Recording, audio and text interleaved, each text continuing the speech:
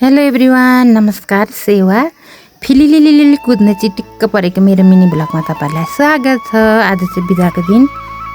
म चाहिँ बिहान उठेर भाइ बहिनीहरुसँग घाँस काट्न गएँ। घाँसको भारी पुगेर यहाँ हामी चाहिँ बखडा खानु गयौँ।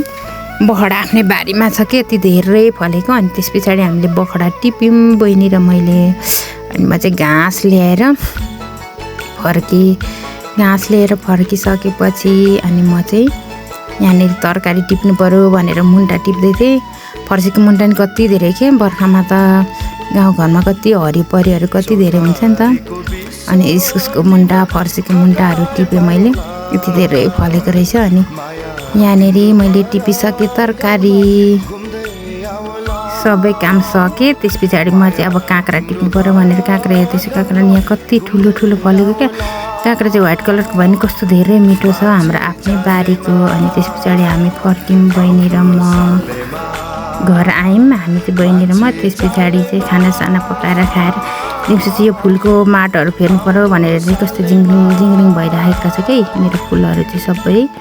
अनि त्यस पछाडि म चाहिँ दिउँसो घर सरसफाइ गर्न थालेँ। सबै पानी बगाउने ठाउँै फेरि अगाडि निस्किन क्या। त्यही भएर अनि मम्मी र बुवाले चाहिँ खन्दै हुनुहुन्थ्यो, भाइ बहिनीहरूले चाहिँ यहाँ फुलहरू झार्दै थिए। अनि त्यस पछाडि हामी चाहिँ फुलको माटो फेर्नुको लागि यहाँ काम गर्दै थियौँ। अनि सबै गमलाहरू तल झारेर बहिनीले छोराहरूले यहाँ काम गर्दै थिए। अनि त्यस पछाडि बहिनीले चाहिँ यहाँ माटो फेर्दै थिए। अनि यहाँ म चाहिँ भित्र सफा गर्दै थिएँ। पानी बग्ने ठाउँ नाला नि पुरिएछ क्या, टालिएछ। त्यस पछाडि मम्मी र बुवा चाहिँ त्यहाँ अगाडि त्यो नाला निकाल्नुलाई खन्दै हुनुहुन्थ्यो। अनि म फेरि भित्र काम सकेर बाहिर निक्लेर त्यो पहिलेको माटोहरू सबै गमलाको निकाल्दै थिएँ यहाँनिर। अनि काम गर्दा गर्दा गर्दा गर्दा माटोहरू सबै निकालिसक्यो पहिलेको। त्यस पछाडि यहाँ बहिनीले चाहिँ यहाँ मल ओसारेको थियो माटोसँग मिसाउँदै। अनि मलाई दिदी आउनु न,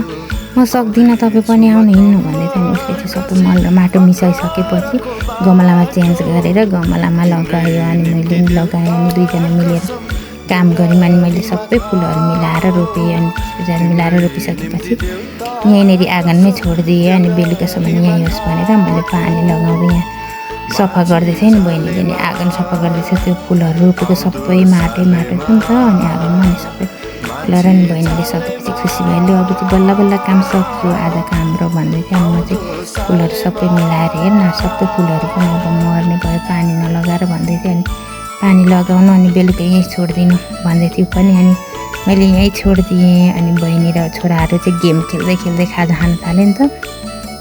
म चाहिँ हेर्दै हाँस्दै बस्दै थिएँ। अनि यिनीहरूले गेम खेलिसकेपछि काम पनि सक्यो। अनि सबैजना खुसी भयौँ। हामी त्यत्तिकै बस्यौँ। अनि आजको काम यति नै। अन्तिमसम्म हेरिदिनु भएकोमा धन्यवाद। तपाईँहरूलाई कस्तो लाग्छ कमेन्ट गर्नुहोला।